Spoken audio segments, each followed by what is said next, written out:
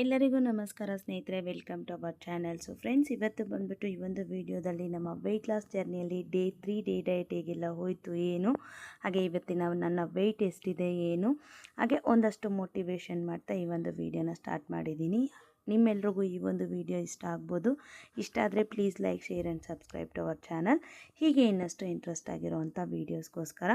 ಇನ್ನು ರಾತ್ರಿಯೇ ಕಾಳುಗಳೆಲ್ಲ ನೆನೆಸಿಟ್ಟಿದ್ದೆ ಸ್ನೇಹಿತರೆ, ಅದೇ ಇವತ್ತು ಯೂಸ್ ಮಾಡ್ತಾಯಿದ್ದೀನಿ. ಇನ್ನು ನನ್ನ ವೆಯ್ಟ್ ನೋಡೋದಾದರೆ ನಿನ್ನೆ ಬಂದುಬಿಟ್ಟು 70.550 ಇತ್ತು. ಇವತ್ತು ಒಳ್ಳೆ ರಿಸಲ್ಟೇ ಸಿಕ್ಕಿದೆ ಅಂತ ಹೇಳ್ಬೋದು. ನಿನ್ನೆಗಿಂತ ಇವತ್ತು ಬೆಟರಾಗಿ ಸಿಕ್ಕಿದೆ. ಆದರೂ ನೀವು ನೋಡಿದ್ದೀರಲ್ವ, ಫುಲ್ ಆ್ಯಂಡ್ ಫುಲ್ ರೈಸ್ ತಿಂದಿದ್ರು ಕೂಡ ಇವತ್ತು ನನ್ನ ವೆಯ್ಟ್ ಬಂದುಬಿಟ್ಟು 70.5, ಅಂದರೆ 500 ಗ್ರಾಮ್ಸು ಒನ್ ಡೇಗೆ ಕಮ್ಮಿ ಆಗಿದೆ. ನಾನು ಯಾವಾಗಲೂ ಹೇಳ್ತಾ ಇರ್ತೀನಲ್ವ, ಸ್ವಲ್ಪ ನಾವು ಫುಡ್ ಕಂಟ್ರೋಲು ಅಥವಾ ಅರ್ಲಿ ಡಿನ್ನರ್, ಬೇಗ ಡಿನ್ನರ್ ಮಾಡೋದು ರೂಢಿ ಮಾಡ್ಕೊಂಡ್ವಿ ಅಂತಂದರೆ ರಾತ್ರಿ ಊಟ ಏನಿರುತ್ತೆ ಅದು 6 ಗಂಟೆ ಅಷ್ಟರೊಳಗಡೆ ತಿನ್ಕೊಬಿಟ್ರೆ ಮಾತ್ರ ನಿಮಗೆ ಒಂದು ತಿಂಗಳಲ್ಲೇ ತುಂಬಾ ಒಳ್ಳೆ ರಿಸಲ್ಟ್ ಸಿಗುತ್ತೆ. ನಮ್ಮ ಡಯಟಲ್ಲಿ ಸ್ವೀಟ್ ಕಂಟೆಂಟ್ ಅನ್ನೋದು ಫುಲ್ ಆ್ಯಂಡ್ ಫುಲ್ ಸ್ಟಾಪ್ ಮಾಡಬೇಕು. ಹಾಗೆ ಸ್ವಲ್ಪ ರೈಸ್ ಕಂಟೆಂಟ್ ಅನ್ನೋದು ಕೂಡ ಸ್ಟಾಪ್ ಮಾಡಬೇಕು. ಅದನ್ನು ದಿನೇ ಸ್ವಲ್ಪ ಕಮ್ಮಿ ಮಾಡ್ತಾ ಹೋಗಬೇಕು. ನಾನು ಯಾವಾಗಲೂ ಹೇಳ್ತಾ ಇರ್ತೀನಲ್ವ, ನಾನು ಏಕ್ದಮ್ ಒಂದೇ ಸಲ ಮಾಡಬೇಕು ಅಂತಂದರೆ ಆಗಲ್ಲ.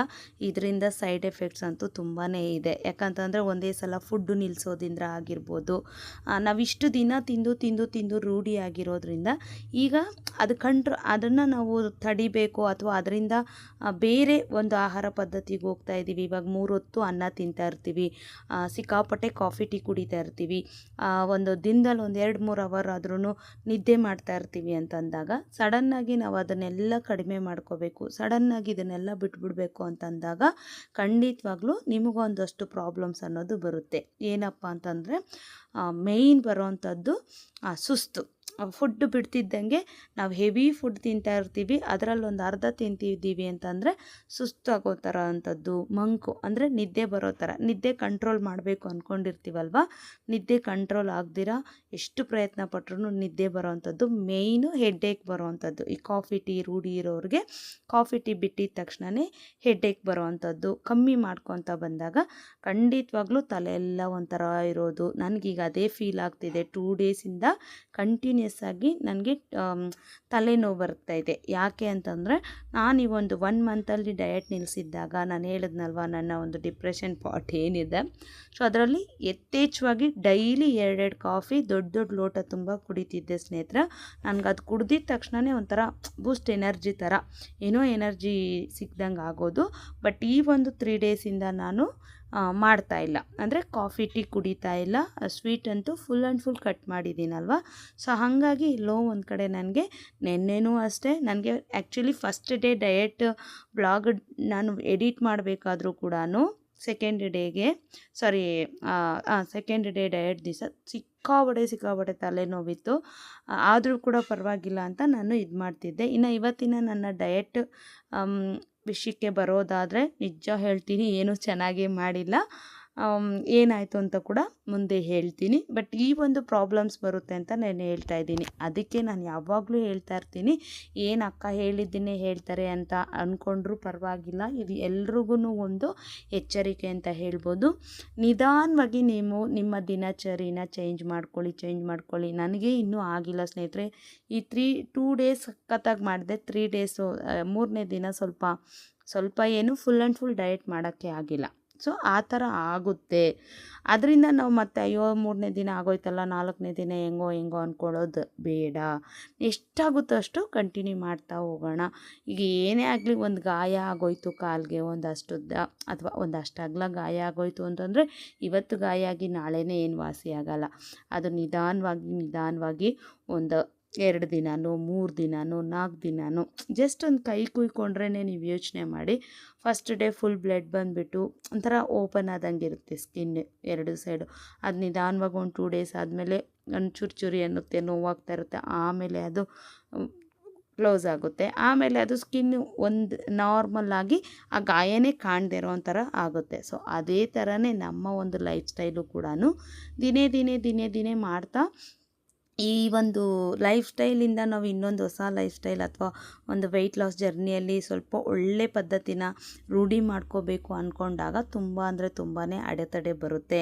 ನೀವು ಹೀಗೆ ನಾನು ಒಂದು 80 ಇದ್ದೀನಿ, 82 ಇದ್ದೀನಿ, 85 ಇದ್ದೀನಿ, ಅಥವಾ 90 ಇದ್ದೀನಿ, 70 ಇದ್ದೀನಿ, 75 ಇದ್ದೀನಿ, ಈ ಥರ ಇನ್ನು ಇದುವರೆಗೂ ನಾನು ಡಯಟ್ ಸ್ಟಾರ್ಟೇ ಮಾಡಿಲ್ಲ, ಇವಾಗ ಡಯಟ್ ಸ್ಟಾರ್ಟ್ ಮಾಡ್ತಾ ಇದ್ದೀನಿ ಅನ್ನೋರ್ಗೂ ಕೂಡ, ಅಥವಾ ಈಗ ನಂತರ ಒಂದು ಅರ್ಧ ಮಾಡಿ ಮತ್ತು ಇನ್ನು ಅರ್ಧ ಇಳ್ಸೋಕ್ಕೆ ಟ್ರೈ ಮಾಡ್ತಾ ಇರೋರು, ಇಲ್ಲ ಸ್ವಲ್ಪ ದಿನ ಮಾಡಿ ಸ್ವಲ್ಪ ದಿನ ಬಿಟ್ಟಿರೋರಿಗೆ ಈ ಪ್ರಾಬ್ಲಮ್ಸ್ ಅನ್ನೋದು ಬಂದೇ ಬರುತ್ತೆ. ಓಕೆನಾ? ಸೊ ಹಾಗಾಗಿನೇ ನಾವು ಸ್ವಲ್ಪ ಕಂಟ್ರೋಲ್ ಮಾಡ್ಕೋಬೇಕಾಗುತ್ತೆ. ಪ್ರತಿಯೊಂದನ್ನು ಅಷ್ಟೇ ಮೈಂಡ್ ಕಂಟ್ರೋಲ್ ಮಾಡ್ಕೋಬೇಕಾಗುತ್ತೆ. ಅದಕ್ಕೆ ಒಳ್ಳೆ ಏನನ್ನೋದು ಪಾಸಿಟಿವ್ ಆಗಿ ಥಿಂಕ್ ಮಾಡೋದು, ಯೋಚನೆ ಜಾಸ್ತಿ ಮಾಡ್ಕೋಬೇಕು. ಪಾಸಿಟಿವ್ ಆಗಿರೋವಂಥ ವೀಡಿಯೋಸ್ ನೋಡೋದು. ನಿಮಗೆ ಏನು ಖುಷಿ ಕೊಡುತ್ತೆ? ಈಗ ನಾನು ವೆಯ್ಟ್ ಲಾಸ್ ಆಗಬೇಕು ಅಂತಂದರೆ ಸ್ವಲ್ಪ ವೆಯ್ಟ್ ಲಾಸ್ ಬಗ್ಗೆನೇ ಸ್ವಲ್ಪ ಯಥೇಚ್ಛವಾಗಿ ವೀಡಿಯೋಸ್ ನೋಡಿ. ಅದರಿಂದ ನಿಮಗೆ ಗೊತ್ತಿಲ್ಲದಿರಂಗೆ ನಿಮಗೆ ಮೋಟಿವ್ ಬರುತ್ತೆ. ಈ ಡಾಕ್ಟರ್ಸ್ ಎಲ್ಲ ಹೇಳ್ತಾರಲ್ವ ಹೇಗಿರಬೇಕು, ಏನು ತಿನ್ನಬೇಕು, ಏನೇನು ಸಿಮ್ಟಮ್ಸ್ ಬರುತ್ತೆ, ಏನೆಲ್ಲ ಆಗುತ್ತೆ, ಆವಾಗ ಏನು ಮಾಡಬೇಕು, ಆ ಥರ ಏನಾದರೂ ನಿಮಗೆ ಮೋಟಿವ್ ಕೊಡೋವಂಥ ಒಂದಷ್ಟು ವೀಡಿಯೋಸ್ ಅಥವಾ ನಿಮಗೆ ಇಷ್ಟ ಆಗೋವಂಥ ಕೆಲವೊಂದು ವೀಡಿಯೋಸ್ನ ನೋಡಬೇಕು. ಸೊ ನೋಡ್ತಾ ನೋಡ್ತಾ ನಿಮ್ಮ ಒಂದು ದಿನಚರಿನ ಸ್ವಲ್ಪ ಚೇಂಜ್ ಮಾಡ್ಕೊಳ್ಳಿ. ಫಸ್ಟ್ ಒಂದು 8 ಗಂಟೆ 9 ಗಂಟೆಗೆ ಡೇಯಲ್ಲಿ ಹೇಳ್ತೀನಿ, ಎದ್ದೇಳ್ತಿರೋರು ಸ್ವಲ್ಪ 7 ಗಂಟೆಗೆ ಎದ್ದೇಳೋದು, ಆಮೇಲೆ 6 ಗಂಟೆಗೆ ಎದ್ದೇಳೋದು. ಸೊ ನಾನು ಕೂಡ ಫಸ್ಟೆಲ್ಲ 7 ಆದರೂ, ಇವಾಗಲೂ ಕೂಡ 7ಗೆ, ಇವತ್ತು ಕೂಡ 7ಗೆ ಎದ್ದೆ. ಬಟ್ ನಾನು ಅಂದ್ಕೊಂಡಿದ್ದೀನಿ, ನನಗೆ ಮೈಂಡಲ್ಲಿದೆ ಯಾವಾಗಲಾದರೂ ಆಗಲಿ 6 ಗಂಟೆಗೆ ಎದ್ದೇಳಬೇಕು, 6 ಗಂಟೆಗೆ ಎದ್ದೇಳಬೇಕು ಅಂತ ಅದು ಮೈಂಡಲ್ಲಿ ಓಡ್ತಾನೇ ಇದೆ. ಬಟ್ ಅದನ್ನು ಒಂದಲ್ಲ ಒಂದಿನ ಕರೆಕ್ಟ್ ಮಾಡ್ಕೋಬೇಕು ಅಂತ. ಅದೇ ಹೇಳಿದ್ನಲ್ವ, ಬೆಳಗ್ಗೆ ಎದ್ದಿದ ತಕ್ಷಣವೇ ಡಯಟ್ ಏನೋ ಮಾಡಿದೆ ಸ್ನೇಹಿತರೆ. ಡಯಟು ಸ್ವಲ್ಪ ನೀರೆಲ್ಲ ಚೆನ್ನಾಗಿ ಕುಡಿದು, ಸ್ವಲ್ಪ ಬಿಸಿನೀರು ಕುಡಿದು, ಇವತ್ತು ಬಂದುಬಿಟ್ಟು ಕಾಳೆಲ್ಲ ನೆನೆಸಿದ್ದೆ ಅಂತ ಹೇಳಿದ್ನಲ್ವ, ಇದು ಏನಪ್ಪ ಕಡಲೆಕಾಳು, ಬಟಾಣಿ, ಆಮೇಲೆ ರಾಜ್ಮಾ ಕಾಳು, ಅದಾದಮೇಲೆ ಆಲೂಗಡ್ಡೆ ಹಾಕ್ಬಿಟ್ಟು ಒಂದು ಸೂಪರ್ ಮಸಾಲ ಸಾಂಬಾರು ಮಾಡಿದ್ದೆ, ಮುದ್ದೆ ಮಾಡಿದ್ದೆ, ರೈಸ್ ಮಾಡಿದ್ದೆ. ರೈಸ್ ಅಂತೂ ತೊಗೊಂಡಿಲ್ಲ, ಮುದ್ದೆನೇ ತೊಗೊಂಡು ಸ್ವಲ್ಪ ರಾತ್ರಿ ಸ್ವಲ್ಪ ಬಸ್ಸಾಂಬಾರಿತ್ತು, ಅದು ಹಾಕ್ಕೊಂಡು ಕಾಳು ಸ್ವಲ್ಪ ಹಾಕ್ಕೊಂಡು ತಿಂದೆ.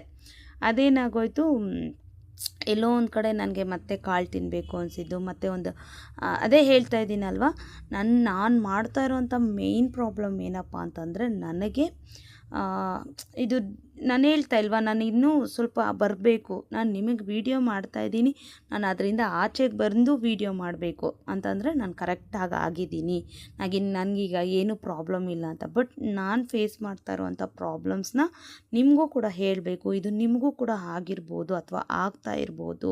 ಸೊ ಹಂಗಾಗಿನೇ ಓವರ್ ಈಟಿಂಗು, ನನಗೆ ಸ್ಟ್ರೆಸ್ ಜಾಸ್ತಿನೋ ಏನಾದರೂ. ಇವತ್ತು ನೋಡಿ 2 ಬ್ಲೌಸ್ ಸ್ಟಿಚ್ ಮಾಡೋಕ್ಕಾಗಿದ್ದು, ನನ್ನ ಟಾರ್ಗೆಟ್ ಇದ್ದಿದ್ದು 5, ಬಟ್ 2 ಆಗಿದ್ದು. ನಾನೇನು ಅನ್ಕೊತೀನಿ, ಬಟ್ ಇಟ್ಸ್ ಓಕೆ ಅಂತ ಮಾಡ್ತಾಯಿದ್ದೀನಿ. ಬಟ್ ಇನ್ನು 3 ಡೇಸ್ ಇದೆ, ಸಂಡೇ ಅಷ್ಟರೊಳಗೆ ಎಲ್ಲ ಕ್ಲಿಯರ್ ಮಾಡಬೇಕು. ಕೆಲವ್ರು ಹೇಳ್ತಾ ಇದ್ದಾರೆ ಸೋಮವಾರ ದೀಪಾವಳಿ ಅಂತ, ಕೆಲವ್ರು ಹೇಳ್ತಾ ಇದ್ದಾರೆ ಟ್ಯೂಸ್ಡೇ ದೀಪಾವಳಿ ಅಂತ. ಮಂಗಳವಾರ ಅಂತ ಏನಾದರೂ ದೀಪಾವಳಿ ಹೇಳಿಬಿಟ್ರೆ ಸ್ವಲ್ಪ ಬಚಾವಾದೆ ನಾನು. ಸೋಮವಾರ ಅಂತಂದರೆ ಸ್ವಲ್ಪ ಹೆವಿ ಸ್ಟ್ರೆಸ್ ಆಗಿಬಿಡುತ್ತೆ. ನೋಡೋಣ ಅಂತ ಅಂದ್ಕೊಂಡಿದ್ದೀನಿ ಸ್ನೇಹಿತರೆ. ಓಕೆನಾ? ಆದರೂ ಬಿಡಬಾರ್ದು, ಡಯಟು. ನಾನು ಈ ಒಂದು ದೀಪಾವಳಿ ಹಬ್ಬ ಆಗೋವರೆಗೂ ವೆಯ್ಟ್ ಕಮ್ಮಿ ಆಗ್ತೀನೋ ಬಿಡ್ತೀನೋ ಸ್ನೇಹಿತರೆ, ಕಂಟ್ರೋಲ್ ಅನ್ನೋದು ಬರುತ್ತೆ ನನಗೆ. ವೀಡಿಯೋಸ್ ಮತ್ತು ದೀಪಾವಳಿ ಆದಮೇಲೆ ಸ್ವಲ್ಪ ಸ್ಟ್ರಿಕ್ಟಾಗಿ ವೀಡಿಯೋಸ್ನ ಮಾಡೋದಕ್ಕೆ ಮೋಟಿವ್ ಸಿಗುತ್ತೆ ಅಂತಲೇ ನಾನು ಈ ಒಂದು ವಾರದಲ್ಲಿ ಇಷ್ಟು ಬ್ಯುಸಿ ಇದ್ದರೂ ಕೂಡ ಮಾಡ್ತಾಯಿದ್ದೀನಿ. ಬ್ಯುಸಿ ಅಂದರೆ ನಾನು ಮಾಡಿದ್ರೆ ಸಿಕ್ಕಾಪಟ್ಟೆ ಬ್ಯುಸಿನೇ, ನಾನು ಮಾಡ್ತಾಯಿಲ್ಲ ಸ್ನೇಹಿತರೆ, ಹಾಗಾಗಿನೇ ಹೇಳ್ತಾ ಇದ್ದೀನಿ. ಸೊ ಓವರ್ ಈಟಿಂಗ್ ನಾನೇ ಹೇಳ್ತಾ ಇದ್ದೀನಲ್ವ, ನೀವು ಪ್ಲೇಟಲ್ಲಿ ನೋಡಿದ್ದಷ್ಟೇ. ಅದಾದಮೇಲೆ ಕಾಳು ತಿಂದೆ, ಅದಾದಮೇಲೆ ಹಿಂದೆಯೇ ಒಂದು 10 ನಿಮಿಷ 15 ನಿಮಿಷ ಗ್ಯಾಪ್ ಬಿಟ್ಕೊಂಡು 2 ಚೇಪೆಕಾಯಿ, 2 ಸೀತಾಫಲ, ಮತ್ತು ಇನ್ನೇನು ತಿಂದೆ, ಮತ್ತು ಕಾಳು, ಮತ್ತು ಮುಸ್ಕಿನ ಜೋಳ ಅಂದರೆ ಸ್ವೀಟ್ ಕಾರ್ನ್ ಬೇಯಿಸಿದ್ದೆ, ಸ್ವೀಟ್ ಕಾರ್ನ್ ತಿಂದೆ, ಮತ್ತು ಇನ್ನೊಂದು ಸೀತಾಫಲ. ಸೊ ಇದೆ ಅಂದರೆ ಇವತ್ತು ಫುಡ್ಡು ಕಡಿಮೆನೇ, ಬಟ್ ಇನ್ನಿತರೆ ಫುಡ್ ಎಲ್ಲನೂ ಫ್ರೂಟ್ಸ್ ಎಲ್ಲನೂ ಸರಿಯಾಗಿ ತಿಂದಿದ್ದೀನಿ, ಚೆನ್ನಾಗಿ ತಿಂದಿದ್ದೀನಿ, ಅದರಲ್ಲಿ ಮೋಸ ಅಂತೂ ಮಾಡ್ಕೊಂಡಿಲ್ಲ. ಅದಕ್ಕೆ ಹೇಳ್ತಾ ಇದ್ದೀನಿ, ನಾಳೆ ನನ್ನ ವೆಯ್ಟ್ ಮತ್ತೆ ಎಷ್ಟಾಗುತ್ತೋ ಏನೋ ಗೊತ್ತಿಲ್ಲ. ನನಗೆ ಫುಡ್ ಕಂಟ್ರೋಲ್ ಇರಲಿಲ್ಲ ಇವತ್ತು.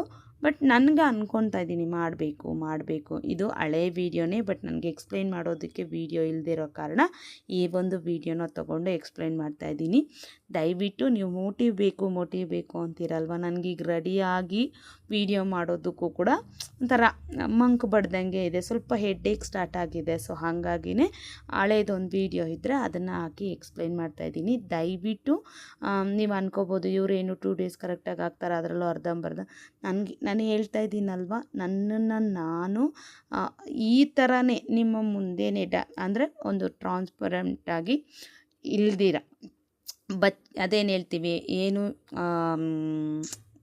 ಹೈಡ್ ಮಾಡ್ದಿರ ನಿಮ್ಮ ಹತ್ರನೇ ಡೈರೆಕ್ಟಾಗಿ ಒಪ್ಕೊಳ್ಳೋ ಥರನೇ ಪ್ರತಿಯೊಂದೂ ನಾನು ಹೇಳ್ತಾ ಎಕ್ಸ್ಪ್ಲೈನ್ ಮಾಡ್ತಾ ಅದರಿಂದ ಆಚೆಗೆ ಬರಬೇಕು. ಯಾಕಂತಂದರೆ ನಂತರ ಎಷ್ಟೋ ಜನ ಇರ್ತಾರೆ ಅದರಿಂದ ಆಚೆಗೆ ಬರ್ದಿರ. ಸೊ ನಾನು ಕೂಡ ಯಾರಾದರೂ ಅಷ್ಟೇ, ಯಾರು ಕಲ್ಲುಗಳ ಥರ ಇರೋಕ್ಕಾಗಲ್ಲ ಸ್ನೇಹಿತರೆ, ಅಥವಾ ಮಿಸ್ಟರ್ ಪರ್ಫೆಕ್ಟ್ ಥರ ಯಾರೂ ಇರೋಕ್ಕಾಗಲ್ಲ. ಆ ಥರ ಇದ್ದರೆ ಅವ್ರ ಪುಣ್ಯ, ಅವರು ಬ್ಲೆಸ್ಡ್ ಅಂತ ಹೇಳ್ಬೋದು.